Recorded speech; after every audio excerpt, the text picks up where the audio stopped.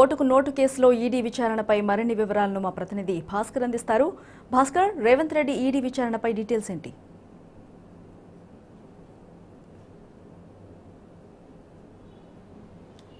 ఉదయం 11 గంటలకల్లా రేవంత్ రెడ్డి ఈడీ విచారణకు హాజరయ్యారు. ఈడీ రేవంత్ రెడ్డితో పాటు ఇంకా నిన్న ఉదయ్ సింహాను గతంలో వేం నరేందర్ రెడ్డిని విచారించారు. కాబట్టి రేవంత్ రెడ్డి ప్రధానంగా A1 అక్యూజ్డ్గా ఉన్నాడు. కాబట్టి ఓటుకు నోటు కేసుకు వ్యవహారం సంబంధించి కర్త కర్మ క్రియ అంతా రేవంత్ రెడ్డి వ్యవహరించాడు. దీనికి సంబంధించి డబ్బులు అరేంజ్ చేయడానికి వేం నరేందర్ రెడ్డి, తనతో పాటు తీసుకెళ్లడానికి రేవంత్ రెడ్డి, ఉదయ్ సింహ, సెబాస్టియన్ ఈ ముగ్గురు స్టీఫెన్సన్ ఇంటికి వెళ్లారు. అక్కడ 50 లక్షల రూపాయలతో అడ్డంగా దొరికిపోయారు. మిగతా 4.5 లక్షల రూపాయలు కూడా ఎలక్షన్స్ తర్వాత ఇస్తామని చెప్పినటువంటి నేపథ్యంలో ఆయనను అడ్డంగా దొరికినటువంటి నేపథ్యంలో దీనికి సంబంధించి మొత్తం వ్యవహారంలో రేవంత్ రెడ్డి ఇన్వాల్వ్ అయ్యాడనేటువంటిది ప్రధానంగా ముందు నుంచి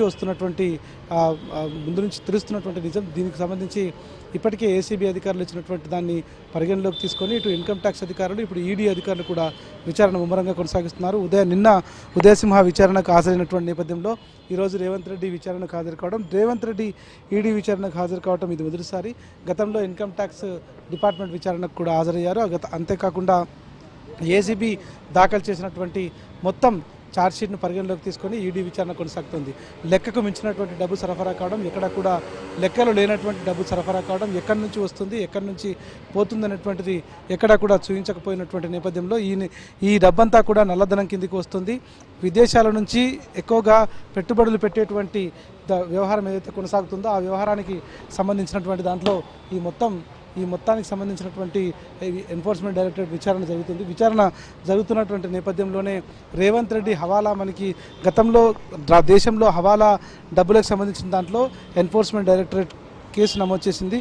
ఇప్పుడు కూడా దీంట్లో లెక్క లేనటువంటి డబ్బు నల్లధనం ఉందనేటువంటిది గుర్తింపు రావటం, అంతేకాకుండా రేవంత్ రెడ్డికి సంబంధించినటువంటి వ్యవహారంలో పార్టీకి సంబంధించినటువంటి వ్యక్తిని పార్టీ మారడం కోసం ఆయన లంచాన్ని ఇవ్వజూసినటువంటి సంబంధించి యాంటీ కరప్షన్ బ్యూరోతో పాటు ఇన్కమ్ ట్యాక్స్ కూడా కేసులు నమోదు చేసింది. దీంట్లో ఆర్థిక లావాదేవీలు ఉన్నాయి కాబట్టి director of enforcement, ministry of finance అనేటువంటి డిపార్ట్మెంట్ ఇన్వాల్వ్ అయింది. దీనికి సంబంధించి మొత్తం వ్యవహారంలో ఇంకా ఎవరెవరు ఉన్నారు, ఎవరెవరు ఈ తెర వెనక ఈ సీన్ అంతటిని కూడా నడిపించారు అనేటువంటిది తెలియాల్సినటువంటి నేపథ్యంలో ఇంకా దీనికి సంబంధించినటువంటి విచారణ కొనసాగే అవకాశం కనిపిస్తోంది. రేపు మళ్ళీ అవసరమైతే రేవంత్ రెడ్డిని భవిష్యత్తులో కూడా విచారణకు పిలిచే అవకాశం కనిపిస్తోంది. 11 గంటలకు విచారణకు హాజరయ్యారు. దాదాపు 2-3 గంటలుగా విచారణ కొనసాగుతోంది. డిప్యూటీ కమిషనర్ ఆధ్వర్యంలో ఈ విచారణ కొనసాగుతున్నట్టుగా చెప్తా ఉన్నారు. ఎన్ఫోర్స్మెంట్ డైరెక్టరేట్ సంబంధించినటువంటి అధికారుల బృందం ఇప్పటికే వేం నరేందర్ రెడ్డి కుమారుని, ఉదయ్ సింహాను కూడా విచారించారు. సెబాస్టియన్ను గతంలోనే విచారించినటువంటి నేపథ్యంలో ఇప్పుడు రేవంత్ రెడ్డి A1 అక్యూజ్డ్గా ఉన్నాడు. ఆయనను విచారిస్తే మరిన్ని వివరాలు బయటపడతాయి.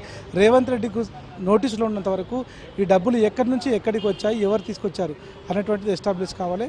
గతంలో వేం నరేందర్ రెడ్డి కూడా చెప్పాడు, తన దగ్గర ఉన్నటువంటి సమాచారం చెప్పాను.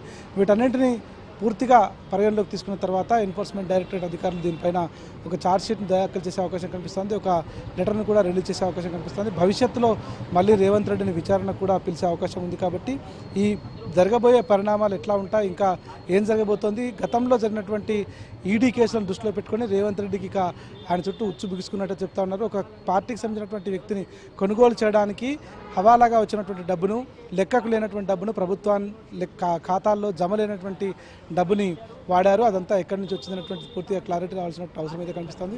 మరి ఎన్ఫోర్స్మెంట్ డైరెక్టరేట్ అధికారుల విచారణలో ఎలాంటి విషయాలు బయటకు పడతాయి, రేవంత్ రెడ్డితో పాటు ఇంకా ఎవరెవరు దీంట్లో ఇన్వాల్వ్ అయ్యారనేటువంటి అంశం దీంట్లో బయటకు వస్తున్నటువంటి మాత్రం వేచి చూడాల్సిన అవసరం కనిపిస్తుంది. ఎన్ఫోర్స్మెంట్ డైరెక్టర్ అధికారులు ఈరోజు సాయంత్రం వరకు రేవంత్ రెడ్డిని విచారించే అవకాశం కనిపిస్తుంది. మళ్ళీ ఈరోజు సరిపోకపోతే భవిష్యత్తులో మళ్ళీ నెక్స్ట్ వీక్ కానీ ఆ తర్వాత 15 రోజుల్లో కానీ విచారణకు రావాలనేటువంటి అంశాన్ని కూడా ఆయనకు పేర్కొంటారు. నోటీసులు కూడా సర్వ్ చేస్తారు. ఇంకా వీరితో పాటు ఇంకా ఎవరైతే ఇన్వాల్వ్ అయ్యారో వారందరినీ కూడా ఎన్ఫోర్స్మెంట్ డైరెక్టరేట్, ఏసీబీ ఇచ్చినటువంటి ఛార్జ్షీట్, కోర్టులో దాఖలు చేసినటువంటి ఛార్జ్షీట్ను వారు అఫీషియల్గా తీసుకున్నారు. కాబట్టి దాన్ని పరిగణలోకి తీసుకొని డబ్బుల వ్యవహారం ఉంది కాబట్టి, ఆర్థిక లావాదేవీలు ఉన్నాయి కాబట్టి దీన్ని ఎస్టాబ్లిష్ చేయడం కోసం అధికారులు దీనిపైన కేసు నమోదు చేసి విచారణ కొనసాగిస్తున్నారు. విచారణలో రేవంత్ రెడ్డి పాత్ర కీలకంగా ఉండేటువంటి అవకాశం అయితే చాలా స్పష్టంగా కనిపిస్తోంది. Sunitha. Right. Thank you, Bhaskar. Thanks for the updates.